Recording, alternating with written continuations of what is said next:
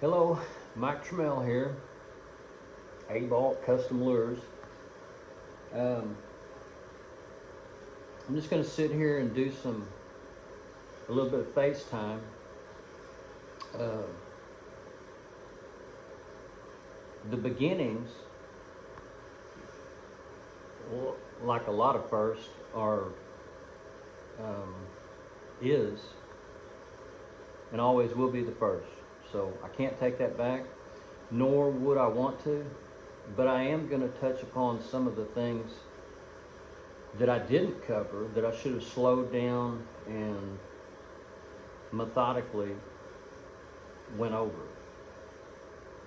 As I say, there's a lot of nuances to this thing, and when I say this thing, I mean it's my lure that I designed and I'm currently building.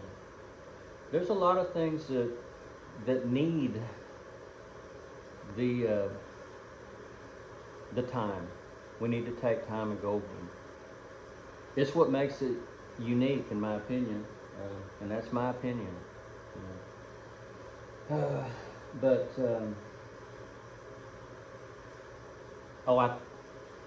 In my first video, I said I wore glasses. Ta-da! Here they are. Yeah, sorry, but I kind of rearranged. If you were paying attention, and there may be some things like this, and see what I did right there? I went off subject and went to something else. Sorry. But there's so many things going on in my mind and in my head right now. It feels like a bullet train. You know, it's moving pretty fast. And that's a good thing. I mean, for me, that's a good thing. But what I was going to refer to in the first video, my set was a certain way, and now I've moved something. So, is anybody out there paying attention? I guess would be the question. And if you are, if you remember what the first set was like, you'll know that this was forefront, and that's where I was picking some of my lures for demonstration purposes. But nobody said or liked with a comment about this guy right here. That's methylate. I don't know if there's any old school fishermen out there, but if you're wondering, well, I see it, but it just looked like a spinnerbait to me. How's it so different? Well, it's very different. I hope that I demonstrated some of that, and that's what we'll dive into, those things that do make it a standout to me. But if that wasn't enough, look at the colors. I never even touched upon the colors. That's a methylate spinnerbait. And you might say, well, they've been doing that for years. And I might retort, who? Who's doing that? Who's doing a clear methylate blade? Or a translucent methylate blade? Who's doing this methylate skirt? Now, if you make your own plastics, you can come up with a skirt like that. I think Angling AI has a skirt mold. When I say that and do this, this is tenfold. Not only is that a really supple skirt like this soft silicone skirt, but this holds scent. That's PVC, that's plastisol. So you could add a scent to the skirt and a scent to the worm. Let's take the traditional garlic and salt. Now, you're not going to get salt in this worm unless it's manufactured that way, unless you make it that way. The skirt, you talk about a color match. Look at the head. I don't know if you can see that really well. I could pull it off of here, and I guess that's what I probably should do for the wow factor. But yeah, look at some of the little nuances. Now, one thing I want to show you here is resin, and I do that so this will be very neutral coming through the water. It hopefully cut down on hang-ups. I've eliminated one of the split rings. Hopefully that'll help with cost, right? But this takes time to do. This, I called that this thing. I put this thing on here in the first video. What this is fuel line, and it is extremely tough. You look at that and you might say, well, that's just a little old rubber band. And that's what it looks like, a miniature rubber band. But if you notice, it will not allow that open eye R bend to open. You'll have to tear this apart first.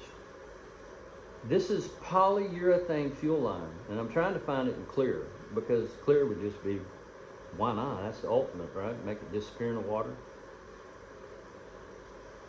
But they've never had a problem hitting methylate, so why would this discourage them? It won't. I've caught so many fish. You'll see it in some of the stills that I have in some of the videos. This is what I use. I could use anything, but this is what I use.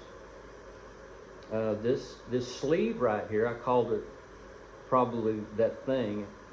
As an inventor and somebody who has to be very wary of what they show, and they have to spring it upon the public at the right time, that's what I was calling a lot of what I was doing, is that thing. So it's just a habit. But anyway, that's a sleeve. Now this could be any kind of sleeve. It could be polyurethane. It could be a color. It could be red. When I say that you can make a change, I mean, I am not kidding. I mean, that's not just, I did that for a reason. It's changeable, it's repairable. Do so, please do so. In fact, I have in the new wire frame, I actually do away with this polyurethane. Let's call it a sleeve. It's a miniature sleeve. I do away with it completely, and it still has the same effect with a straight line pull. Okay. Another little supple thing that, and this was, like I said in the first video, this was difficult to do. Now, you can see, if you think I'm kidding about the tungsten weighted, counterweighted weight inside of there, you can see it. And if you didn't think that that was methylate, methylate is translucent. Any methylate worm or whatever you can find is translucent, and you can see that tungsten counterweight in there, and you're going to be saying, why? How did it? Don't ask that. I mean, just, you need to discover this thing, get it on the end of your line, okay? And all of those things will be obvious when you start playing with this thing. There's the red hook. A lot of people believe that red should be on, kind of like chartreuse. Chartreuse and red should be on every lure. If you look at it virtually, there is chartreuse to some degree. So yeah, that's chartreuse and red's a big color. Well, put some red here and put a red hook on, you got a little bit of red, you know, especially in white, man. What shows up more vivid than a bloody, you got a bloody nose doing sports and it drips on your white t-shirt, man, that can be seen from a mile away. They come running. Well, you all right, George? Blood in the water, right? So why not? When in Rome, right? So you can put a red hook on it. And you can put that red hook not because it's bent or because the barb has been destroyed, or you collapse the barb because you was fishing a barbless catch and release impoundment. Let's say it just broke, you know. Just like the wire can just break. You don't know how many fish you caught the month before, and then you caught some on that favorite spinnerbait, and then you know, 2 fish into it, it broke. You know why? Because you had about 20 cycles on it the time before that you weren't counting, that you weren't aware of. Who does that? Nobody. So what's the answer? Well, it's a spinnerbait. They break. Let's just go buy another one. If that's the way you think, then, but there is something like this out there now. So, and not just repairable, but take a look at it. I mean, there's some things going on here that need to be explained, and that's what I'm doing. I'm taking the time to kind of go over it, let you get into my IP in my head a little bit. If you notice, this is the connecting link, and this is called a linked fishing lure system and methods. I know I hate doing that because it is a lure, but that's what it's called. Linked fishing lure system and methods. The reason for that is, like I say, it's not just one thing. It's not one dimensional. You go to buy a spinnerbait, it's a spinnerbait. I mean, that's just the way it is. I didn't think like that whenever I was doing this. I wanted a spinnerbait to be a big part of it, but I also wanted it to do other things. So, if you notice, that head moves ever so slightly. Because of that loose fit and because of the connecting link and the way it is connected, this thing rattles. I don't know if you can hear that. The reason it rattles is because this head is loosely fit. It's slightly bigger than the diameter of this wire. And this is over 300 pound test wire. That's 035, 0.035, 35 thousandths. It's actually more like 39, and there's some inconsistencies when they make it, but that's getting into manufacturing. Forget I said that. But anyway, that's a substantial wire. When have you ever caught a 300 pound class freshwater fish, okay, on a spinnerbait? Okay, I haven't. So is it tough? Yeah, it's tough. That's my point, is that it's tough. But being that I know the dimension, it allowed me to build the head slightly bigger, right?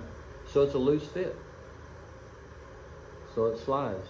It must make noise. Now, with the GoPro in the pool, I put it up against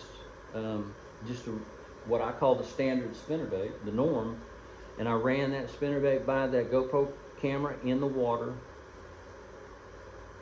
And you know, that GoPro, I'm not affiliated with GoPro. I feel like I need to say this, and I better. I'm not affiliated with GoPro. They don't sponsor me. I bought their camera because it was an action camera, and it could do things that you wouldn't want to, throw your intelligent smart device in the water and do.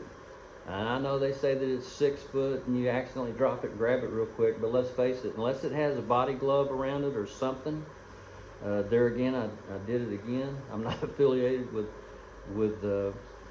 any of the safety shrouds that they have out there available for the iPhones and smart devices. But if you don't have something like that around it, come on, man. Salt water, chlorine in the water.